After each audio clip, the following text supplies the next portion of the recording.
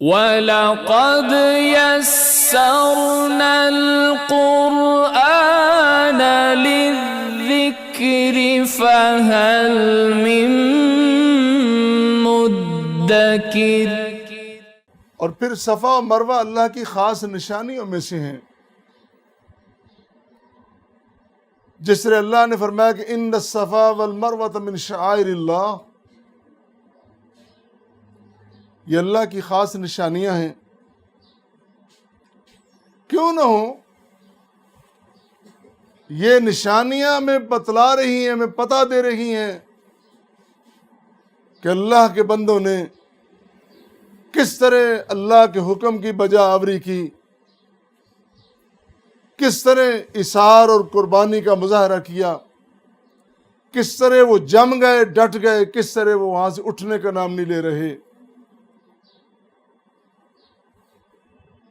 یہ نام ہے شعور و آگہی کا، یہ نام ہے راہ ہدایت پہ چلنے کا، یہ نام ہے اپنے آپ کو جھکا دینے کا، سر تسلیم خم کر دینے کا۔ یہ جتنے ہم سجدے رکوع کر رہے ہیں، یہ جتنی ہماری نیاز مندیاں ہیں، یہ بتلا رہی ہیں کہ کس طرح اللہ کی بارگاہ میں جھکا جاتا ہے اور اپنے سر کو جھکایا جا سکتا ہے۔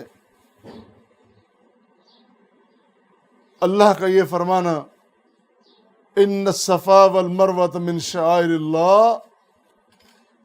یہ صفا بھی، یہ مروہ بھی، یہ مروہ بھی، یہ اللہ کی نشانیاں ہیں۔ وَاتَّخِذُوا مِن مَّقَامِ إِبْرَاهِيمَ مُصَلًّى، اللہ نے اپنی بندی ہاجرہ کی دوڑ کو، صفا مروہ کے درمیان دوڑ کو جس طرح لازم قرار دے دیا، مقام ابراہیم کو بھی خاص قرار دے دیا کہ یہاں میرے ابراہیم نے نماز پڑھی تھی، یہاں اس نے اپنے سر کو جھکایا تھا، تم بھی اس طرح جھکاؤ۔ ابراہیم علیہ السلام ایک سمبل ہیں، ایک موحد انسان، ایک توحید پرست انسان کا، جس قدر انبیاء کرام میں ابراہیم علیہ السلام نے توحید کے پرچم کو سر بلند کیا ہے، بہت کم واقعات ایسے ملتے ہیں۔ گھر سے لے کر محلوں تک، محلوں سے لے کر تاج و تخت تک، اور پھر اس سرکش اور باغی سربراہ مملکت تک جو اپنے آپ کو خدا کہتا ہے، کس کس جگہ ابراہیم علیہ السلام نے اللہ کی توحید کے پرچم کو سربلند نہیں کیا۔ اور یہ نشانیاں وَمَن يُعَظِّمْ شَعَائِرَ اللَّهِ فَإِنَّهَا مِن تَقْوَى الْقُلُوبِ، اللہ کی نشانیوں کی، ان علامات کی تعظیم کرنا، تکریم کرنا، توقیر کرنا، یہ تو دل کا تقوی ہے۔ یہ تو آپ نے خشیت الہی میں اپنے دل کو ڈبو دیا ہے، اپنے آپ کو اس کے لیے خاص کر لیا ہے۔ اور پھر شاہ عبدالعزیز محدث دہلوی نے فتح العزیز میں لکھا ہے کہ کعبہ، عرفہ، مزدلفہ، جمار ثلاثہ، صفا، مروہ، منا، تمام مساجد، ماہ رمضان، حرمت والے مہینے، عید الفطر، عید الاضحیٰ، ایام تشریق، جمعہ، اذان، اقامت، نماز جماعت، نماز عیدین، یہ سب کچھ، یہ سب اللہ کے شعائر ہیں، یہ اللہ کی نشانیاں ہیں، یہ اللہ کی طرف سے خاص ہیں۔ یہ امور بھی، یہ مقامات بھی، یہ اللہ نے خاص کر دیے ہیں۔ اور شاہ ولی اللہ محدث دہلوی، جو شاہ عبدالعزیز محدث دہلوی کے والد گرامی ہیں، شاہ ولی اللہ کے والد شاہ عبد الرحیم بھی بہت بڑے آدمی تھے، شاہ ولی اللہ بھی بڑے مفکر، اور ان کے چاروں بیٹے چاروں ہی محدث۔ یہ خاندان بھی بر صغیر میں اللہ نے بڑا عظیم خاندان پیدا کیا، اور ان کی بڑی خدمات ہیں،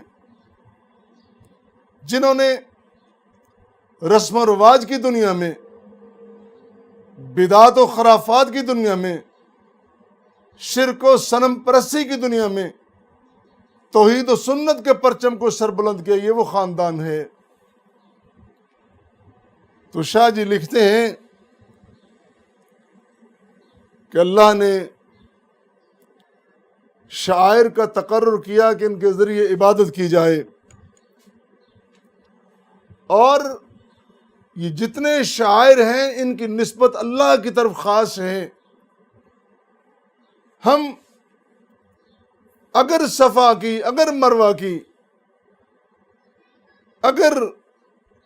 اس پتھر کے ٹیلے کی توقیر کرتے ہیں، عزت کرتے ہیں، تو صرف اس لیے کہ اللہ نے خاص کیا ہے۔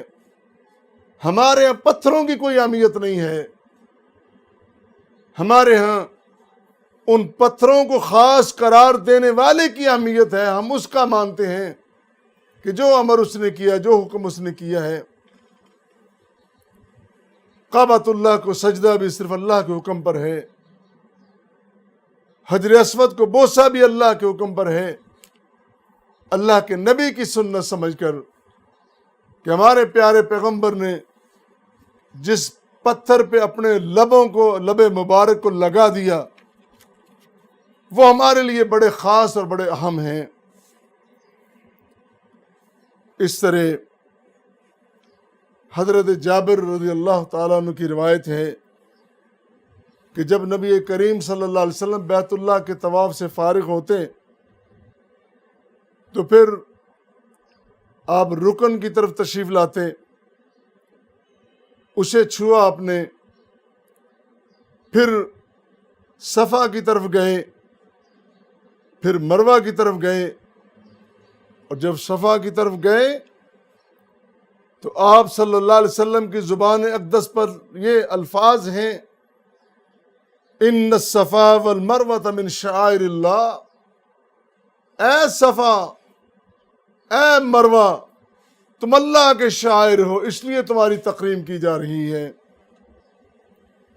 اور پھر فرما رہے تھے آپ، ابدأ بما بدا اللہ بہ، جہاں سے اللہ نے آغاز کیا میں بھی وہاں سے آغاز کر رہا ہوں۔ پوری امت مسلمان کے لیے، پوری انسانیت کے لیے درس اور سبق ہے، صرف وہ کام کرو جس کام کو کرنے کے اللہ کے پیغمبر نے اجازت دی ہے۔ ما آتاکم الرسول فخذوا وما نہاکم عنہ فانتہوا،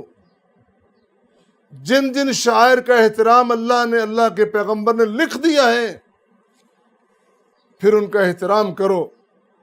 اور اگر کہیں ان کی بے حرمتی ہو جائے یا کوئی کر دے، پھر ہیلے بہانے تلاش نہ کرو، پھر تم اس کے لیے داستانے قصے نہ بناؤ کہ فلاں نے ایسے کیا، فلاں نے ایسے کیا۔ جس نے غلط کیا سو غلط ہے، اس کو غلط کہنا چاہیے۔